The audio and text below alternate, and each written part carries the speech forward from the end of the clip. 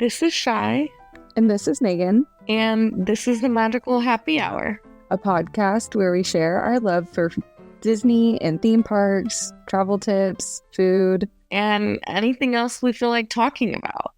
It's our first episode. Welcome. Thank you for joining us on this adventure together. Definitely exciting. With this being the first episode, it will be more broad so that you all get to know us. But from here forwards, plan for there to be topics for each episode, but this one will be broad so you all can get to know us.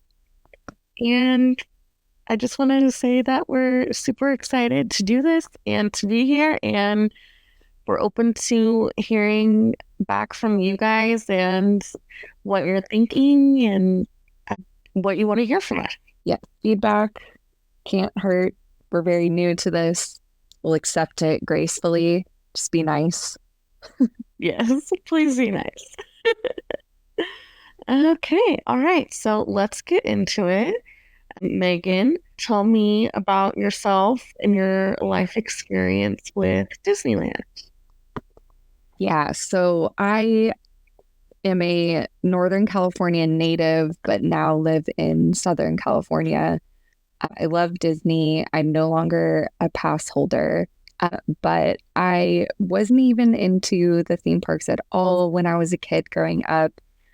Not at all. I actually dreaded going. It was just not into theme parks at all and not really attached to the brand until I was older. And then now I love going. I appreciate all the little details. That's what makes it so fun. I'm a kid at heart, but a stickler for details. What about you? So, my name is Shy, and I am a mom to two little fur babies, Fiona and Figaro, and they are quite spoiled. So I started a side gig as a travel agent specializing in Disney and Universal Studios. I have more experience with the West Coast parks for sure, but I feel very confident in navigating Walt Disney World since we went on our first trip together about a year ago. And that was super fun, and it really sparked my desire to want to be a travel agent. But the first time that I was at Disneyland, I was 6 with my cousin, and then the next time I went, I was probably 8, and then we started going like every other year until I went off to college. And after the parks reopened, I got my first annual pass or magic key, and I have been going about once a month to once every 2 months ever since. And it's just my favorite place to be. And Megan is one of my favorite people to go with. And you're one of my favorite people to go with. I love going with Shy because she fully runs my day, and that's just such a beautiful thing to be able to not really think. Of course, she is so considerate and is like, what do you want to do? Of course. But I'm like, hey girl, you know me so well. We've been doing this for so long. Whisk me into this dreamy place. We have a lot of fun together for sure. Even on rainy days, like really intensely rainy days, we've still had some very well-deserved fun. Oh yes, absolutely, 100%. So since this is the happy hour, what was your first experience with having a drink in the park? I'm assuming DCA, so having your first, Disney drink. Yes, so I'm pretty sure, my first Disney drink was in Cars Land. I can't recall that moment specifically, but I'm pretty sure it would have been like a vodka limeade or lemonade or something like that, something similar to what they still offer nowadays at one of the Cozy Cones. Classic. And I definitely thought it was weird that it wasn't in a Disney cup and that I couldn't have a lid on it. It was like a little bit of a different experience, which is something that I don't even think twice about now. But yeah, that was that experience there, and then we had our first experience together drinking at Oga's in Disneyland, and that was so cool. It was such an immersive experience. We had a really awesome server, and he just totally took on the role, and it was probably one of the most immersive experiences I've had with Disney. Oh my gosh, yeah, he sold it to us for sure. The whole shebang. Yeah, he was super cool. But what about you? What was your first experience like drinking in the park? So it had to have been one of the trips I took during like college spring break. My birthday's during spring break, or it did like line up when I was in college. So I think on one of those trips, I am actually pretty sure I have a picture of it, not even thinking in that moment, like, oh, this is the first beer I've bought in Disneyland or California Right. Adventure. But I don't know. I'm pretty sure though that that's it. That's at least the one that I can remember. And of course, from I think probably, I mean, definitely one of my favorite places to get a drink just because they're mostly beer over there. But God, I ask you this every time, I think. What's it called? The backlot refreshment Oh, place? the Hollywood Lounge. Hollywood Lounge. Yeah. Shout out Hollywood Lounge. We usually got some good little special little drinks over there. So I'm pretty sure that was it. They do. They do drinks very well over there. Always a good time. Definitely my favorite place. I mean, Pim's wasn't even open at that time, but man, that's definitely my go-to. They always have a good specialty cocktail going on, if not multiple. Yeah, always something fun, something to check out. All right. So while we are staying on the foodie trend, tell me, where is your favorite spot to get a snack right now? I love popcorn, so it can't go wrong from a classic like popcorn cart snack, especially because I believe all of Critter Country's closed right now, so I couldn't even get my little Tigger tail if I really wanted to, which is my favorite little treat in Disneyland, but definitely love to get a popcorn and jump on the railroad. So, for those that don't know, tell us what a ticker tail is. Oh, oh my gosh, the way I'm just like common knowledge. A Tigger tail is marshmallows stacked on a stick, covered in caramel and chocolate, which you can like, I think they call them like marshmallow ones, but so they have just the classic chocolate covered one. Sometimes you can see like the Cheshire cat tails also, which are purple. I've never had those. But the Tigger tails are orange. Of course, they look like Tigger's tail. So it's an orange chocolate instead of just your classic like milk or dark chocolate. So a little extra specialness there. I know orange and chocolate doesn't maybe sound great to everyone, but I think it's amazing. It's one of my favorite like chocolate combos, and especially all of those elements together, heaven. Okay, because I've never had one, and I was always curious if you could taste the orange or if it was just the color. Oh yeah, no, it's orange flavored. Yeah, because if it was just the chocolate, I wouldn't make such a big deal out of it being like getting a tiger tail specifically, but that is the move, I believe. Okay, so that is the why. Okay, gotcha. My favorite spot right now to get a snack is getting the pretzel garlic cheddar roll from Edelweiss Treats. near Small World in Fantasyland. You can also get these delicious babies at Maurice's Treats, which is also in Fantasyland, but it is more near where you can see Rapunzel's Tower and the Royal Fair, where you can see the princesses perform little skits and such. That is definitely the most popular location to get the garlic cheese bread. And we have waited a hot minute in line for those cookies, which they're definitely worth it. But pro tip, just walk a little bit further over to Edelweiss Treats or Snacks, I think it's called, and wait in that line because it is much shorter. I went about 2 weeks ago and there was no one ahead of me, where at Maurice's Treats, the line was around the corner. So you're looking for them, they sell them at 2 locations.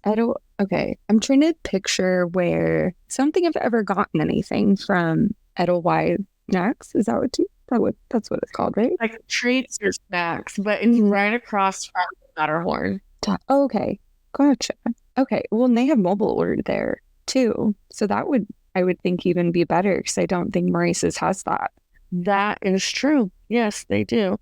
I've never used their mobile order, but you're right. Yeah, they totally do have a mobile order window. Yeah, I've never ordered anything from there, but that's just because I'm not like a turkey leg person. And I think their other things kind of rotate, like how they have that bread now. But yeah, Maurice's, if you can skip that line was hefty. Got to see some characters, which was cool, but let me tell you, you don't want to be waiting in that sun. It's not covered over there. No, and it's a prime spot during lunchtime. And for sure. So during the shows also probably. Oh yeah, most definitely. Yeah. That other one is your Edelweiss is like tucked back in there. Like I've definitely never ordered from there because it's always like it's all the way over there. But hey man. It's pretty hidden. Worth it though. Definitely worth it. Oh man. What's your favorite like classic treat? Like some treats come and go, you know, and I mean, it seems like that, what is that bread even called? The cheesy full bread roll, yeah, cheesy garlic full bread. We're just going to talk about this thing because it's so good. It's so good. It is really good. Oh my God. It's fun new food to try, but holding on to those, you know, old faithfuls, we need those. Don't take them. I think probably a corn dog would be my next, like that's like my classic snack, which can also be a meal, but it can also be a snack. Just depends on how hungry you are.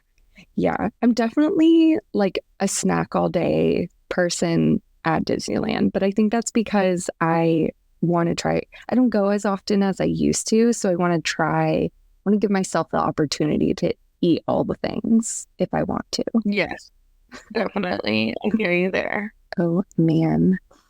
So when you start your day, first thing off, what are you doing typically? I am like ride wise, just your typical move. Like let's say you woke up this morning and you were just there. You're like, good morning. I'm at Disneyland. Where are you going? What are you doing? Oh, okay. Well, pressure's on. If it's a special occasion, like it's somebody's birthday or we're like celebrating an anniversary or no girl, this morning. Well, I was just gonna say that I would get a pen. Oh yeah, a celebration pen. I'm celebrating because I woke up here. So then that would be my pen that I'm getting this morning. And then I would like to head straight to Tomorrowland and start my day with some good old Space Mountain. Get rush in, get the blood flowing, and then just try to conquer that land, try to conquer Tomorrowland. Okay, so you're like Buzz Star Tours. I kept just wanting to say Star Wars, and I'm like, nope, that has an actual name. Are you doing Autopia? I'm probably skipping Autopia, and I'm definitely skipping Finding Nemo. So it's just gonna be Buzz and Star Tours for me. So no Astro Orbiter for you? I have only been on that once, and those are not the easiest spaceships to get in and out of. Oh, truly. I hate it, so I'm not knocking you.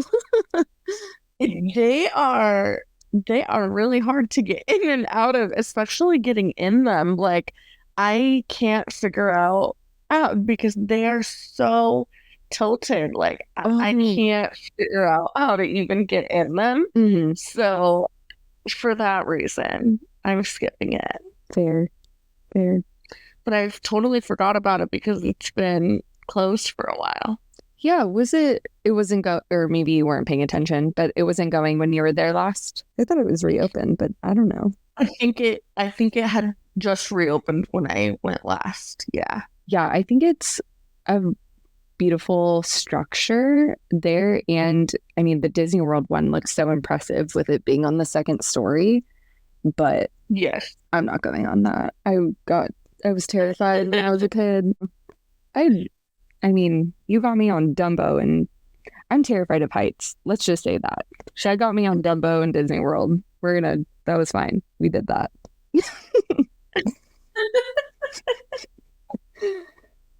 She's like, do we need to be this high up? Yeah, it's high. Kids are brave, man. I don't know. Kids are super brave. I was just thinking, and there's probably a 2-year-old in front of us wanting to go higher. Yeah, and probably leaning out the side. Like, no. Giving us and their parent a heart attack. Exactly. The Disney World one, just since we're talking about Dumbo and those rides like that, their inside play structure that's a part of the queue. What? That was the way that they have mastered their queues is incredible. It is so impressive how interactive the queues are in Disney World. Yeah, it's probably mostly due to capacity, right? Like, gotta encourage people to stand in those lines somehow. Yeah, most definitely. Wow. And I feel like they just really, they have the space to work with a little bit more. Oh, true. There would be nowhere to put something like that in that part of Fantasyland and Disneyland. No. Oh my God. And no. Like Winnie the Pooh, I feel like they if they didn't have that creek, they could do a little play structure. But I love that creek. I think it's so peaceful and pretty, and I love looking at it. But I do think that there needs to be like more structure for kids to climb on throughout the parks, because really in Disneyland, I think it's just, in Toontown, and I think there's stuff for them to climb on like Tom Sawyer's Island, but I've also never done that. So I couldn't really tell you. From what I've seen, I think there's more stuff like that. Yeah, that was like one of my favorite parts of Disneyland Paris, which I was very lucky to have visited last fall. But their expansive walkthroughs in beautifully done walkthroughs. There are definitely like some dead ends within that park that are kind of like, it kind of throws you off because of how well I feel like the parks flow out here. But I mean, we know that there was some fiascos with that park upon opening, and it's only gotten better since then. But I was really impressed with the amount of walkthroughs, like for everyone to enjoy, but then also the like play areas and like play structures they have for kids.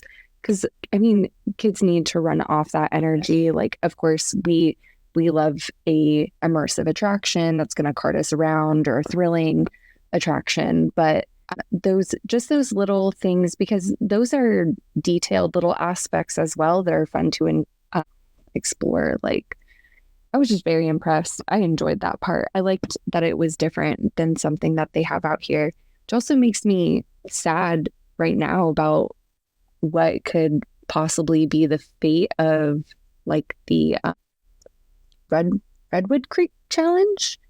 It's not necessarily a part of DCA that I spend a lot of time in, but it's a really cool area. And I think it's a valuable part of the park, even if it's not a space that's making them money, which of course they then don't value. Right. But I like it. I have only ever gone through there when it's Villains Grove for Oogie Boogie Bash. Really? But I know that they do have that large play structure there. But yeah, I've never even walked through there. Girl, next time it's open when we go, we're gonna do a little waddle through, because it's really cute and fun and like quiet, different. I don't know.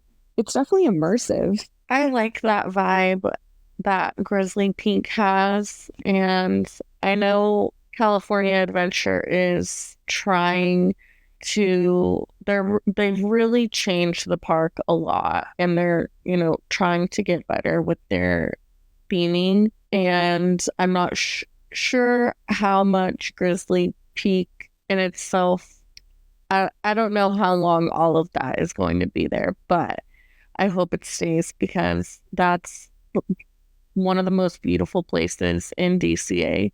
Definitely the most relaxing place to just hang out, enjoy a churro, enjoy a fun specialty beverage, enjoy a coffee from Joffrey's coffee cart. I really, really appreciate that area, and I hope that it stays. Yeah, that's something I find myself thinking about when they talk about like or people talk about in general, like what's being added to other parks and what could be potentially added to I think we're going to be referring to the parks in California most often, since this is where we live. But I even though those are like non-IP based attractions and areas, I feel like they're so deeply ingrained in like the identity of that park.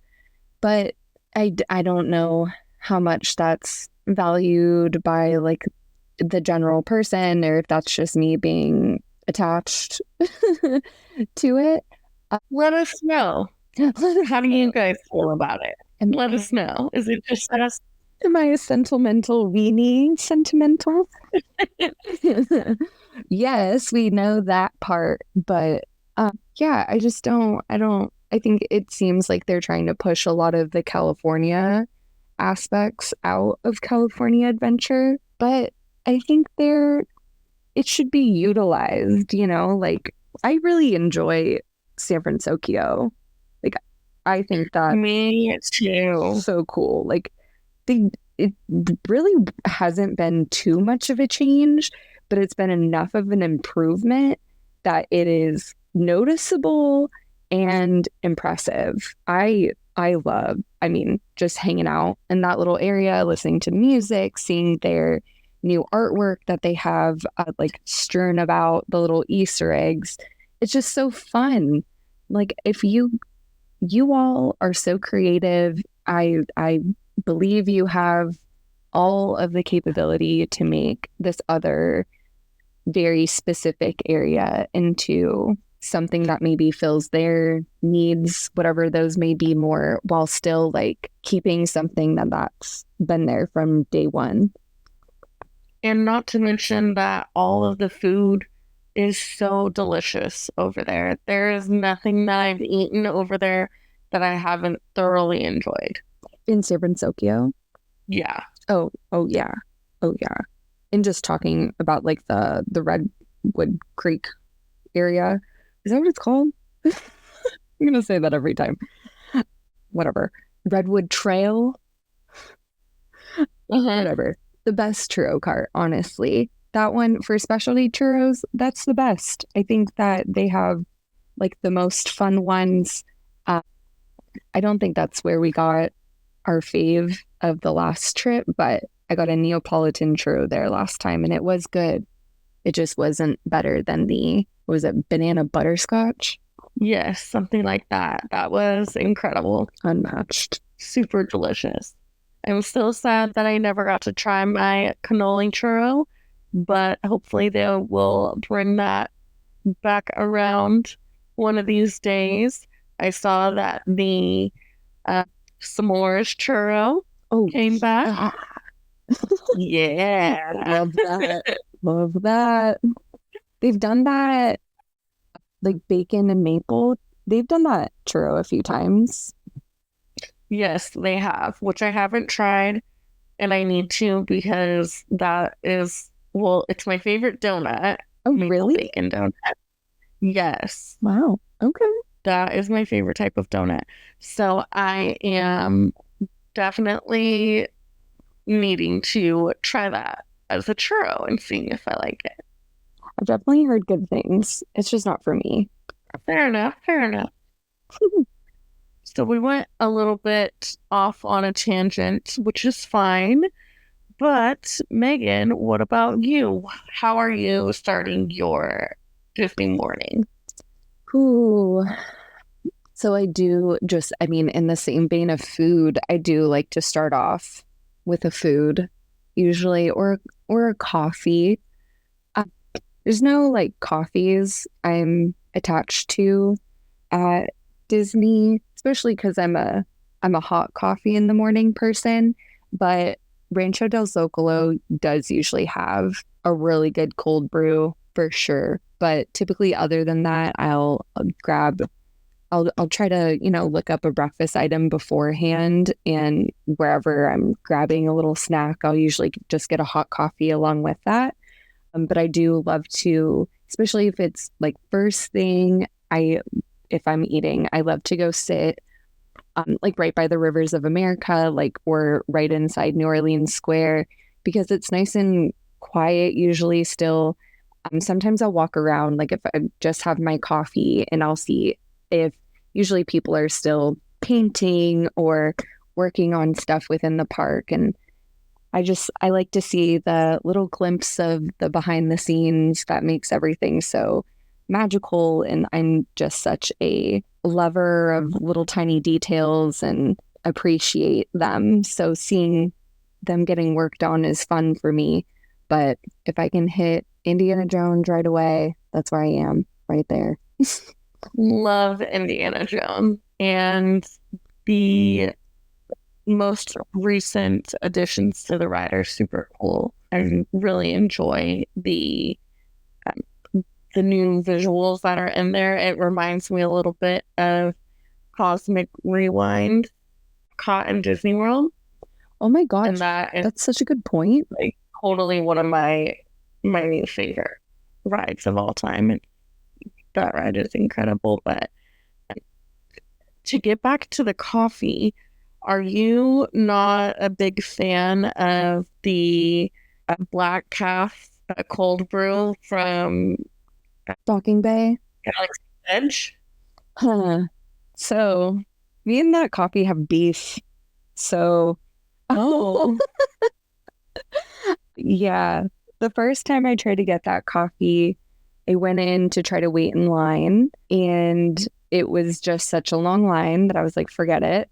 So then I mobile ordered it because I had heard all this hype about how good it was and how it needed to be tried and all of that. I think we ended up waiting like 45 minutes for it, which also didn't leave time to really go do anything because Galaxy's Edge is so far away from other parts of the park unless you're doing things in Galaxy's Edge, which also both rides were definitely longer than that wait. Whatever. We were just trying to get a coffee. Just wanted to try this little Cocoa Puff cold brew. So we got it. And then I don't know, it didn't taste like anything special. I was mad about how long it took, and I was mad that everyone was so excited about it when it wasn't that exciting. So I feel very bitter towards that coffee. Like, I'm not trying to get that coffee again. It's okay. I'm so happy that everyone else enjoys it. Please, I hope it's like, I don't know. I hope it's awesome. So awesome for everyone else. And that's why it wasn't awesome for me, because it's so awesome for everyone else that they need to enjoy it all and not me. It's fun. I love the cold brew from Rancho del Zocalo. I know you've had it before. I don't know if you remember having it, but I've had it a few times and it's always really good. And it's definitely special. And I've never waited more than 15 minutes. So I'm good with that. Fair enough. That's our beat. Rancho del Zocalo, I think that they rotate their cold brews. I don't know if it's always the same one, but the one that I've had from there is the horchata cold brew, and that one is definitely to die for. And I definitely like it more than the black calf. But I do think that coffee is good.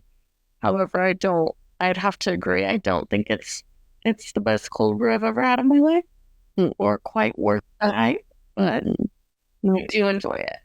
Sorry to poo-poo on everyone else, but yeah, the truth's got to be told.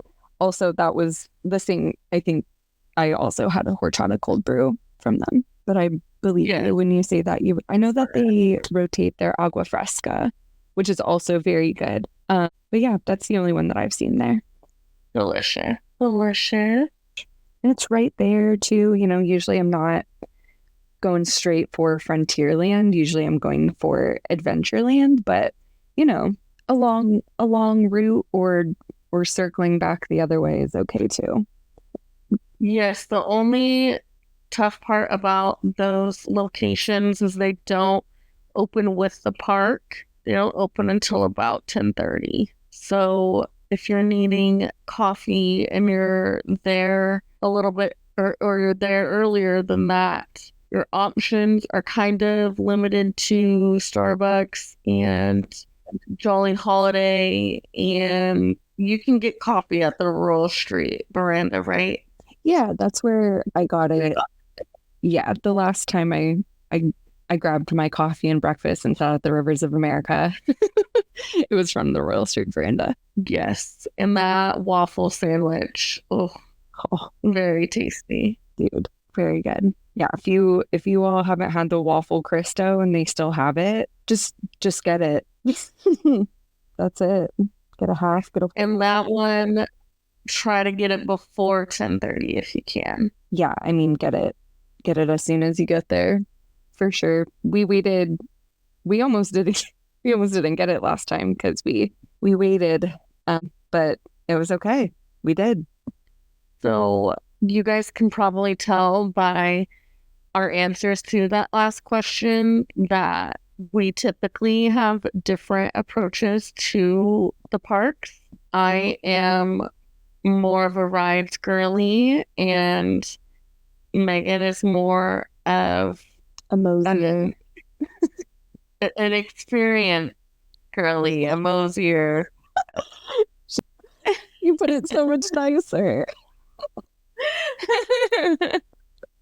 Because I love that I get to also do that with you, because if I enjoy going with someone that wants to take things slow, because I feel like most of the time, and with my personal life, I'm always very go, gotta get this done, gotta complete this task, and I don't have to feel that way when I go to Disneyland with you, because I know that you're okay if we don't hit every ride, and if we don't do any rides, we're still okay. So it takes a lot of pressure off of me, for sure. So I enjoy going with you.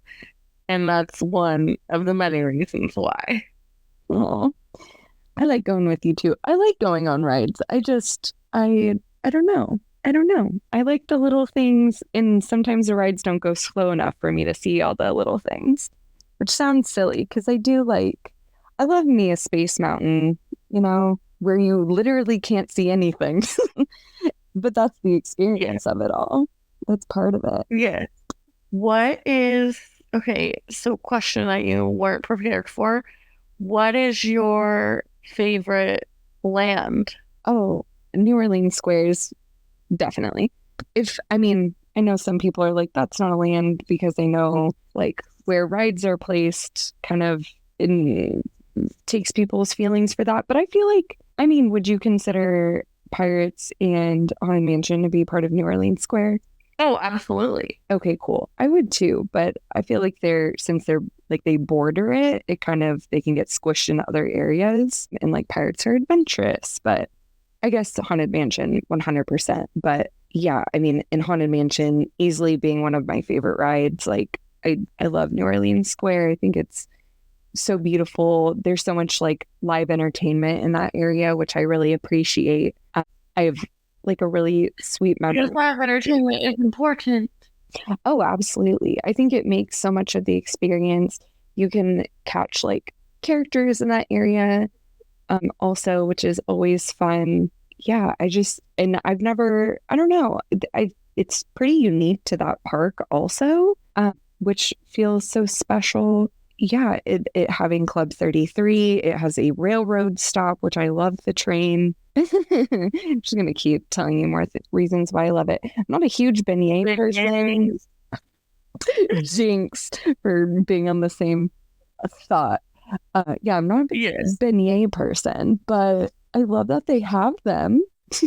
New Orleans Square is definitely a vibe, and I feel like it just keeps getting better with like more additions to the park and the addition of creating Tiana's Palace, and that food is actually really good. I don't eat there very often, but the one time that I did, it was really good. And I agree that is also my favorite land. I love, and as a little girl, I loved the Pieces of Eight, and I loved the pirate store, and that little corner right there, that nook where everything is so close together, and you can get your caricature done, and that is a really magical part of the park. And I also agree it is the best. But my second is definitely Cars Land. I think that they went above and beyond creating Cars Land. And especially at night, it is so cool. And it is so cool to watch kids explore that area. They really hit the hammer on the nail with that one. It is an incredible, incredible land, especially for it being as small as it is. Yeah, you kind of forget how small that area actually is when it has so much going on, and so much going on all the time, because people love it. I love it, and I don't care about cars at all. And I love it. You're right. Especially very beautiful at night, good food, good drink options. Would be cool if they had some sort of entertainment over there other than the cars kind of wandering the streets once in a while. But I could see how that would be very hard, and that's not a feature. I don't think, at least I've hardly seen the first movie, but I don't think that's a feature in any of the movies, is some sort of car entertainment outside of racing. But just True. It wouldn't make a whole lot of sense, but it also just would be an extra thing. But pop over Avengers Campus is essentially right next door. We got plenty of live things going on over there. We'll survive. They definitely do. They definitely do, yeah. Oh my gosh. I love me a cone queso. Now I'm hungry. Oh my goodness. Yeah, they have lots of good treats that circle through there. I feel like Flo's, I didn't really enjoy it when it first opened, but the last time I ate there, it was really delicious. And I love that old diner feel. Oh, I think that's fantastic. I love how it was designed, and I love being inside of there. I think it is such a fun vibe. Love it. Yeah, it's so cute. Excuse me. All right. So I think we're ready to wrap this up. What do you think? I think it was certainly a good start with just this journey we're going on, this new endeavor. Everyone's getting dragged along with us. Yes, definitely. And you guys can look forward to hearing us chat about some Disney history and fact, news, topic, trip report, tips and tricks, and even some interviews. So definitely stay tuned to hear more of that. And where can we find you on social media? On Instagram at Megan Creedon, MEGANCREEDON. Or there's a link to my TikTok on there, and I want to read it off. And what about you, Shy?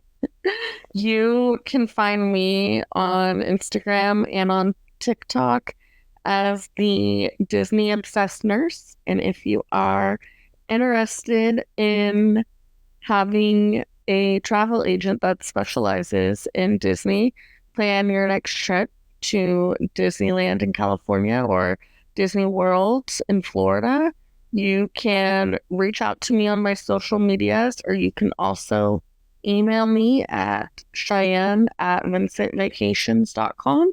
Cheyenne is SHYANNE at vincentvacations.com. And we'll see you next time. Cheers. Cheers.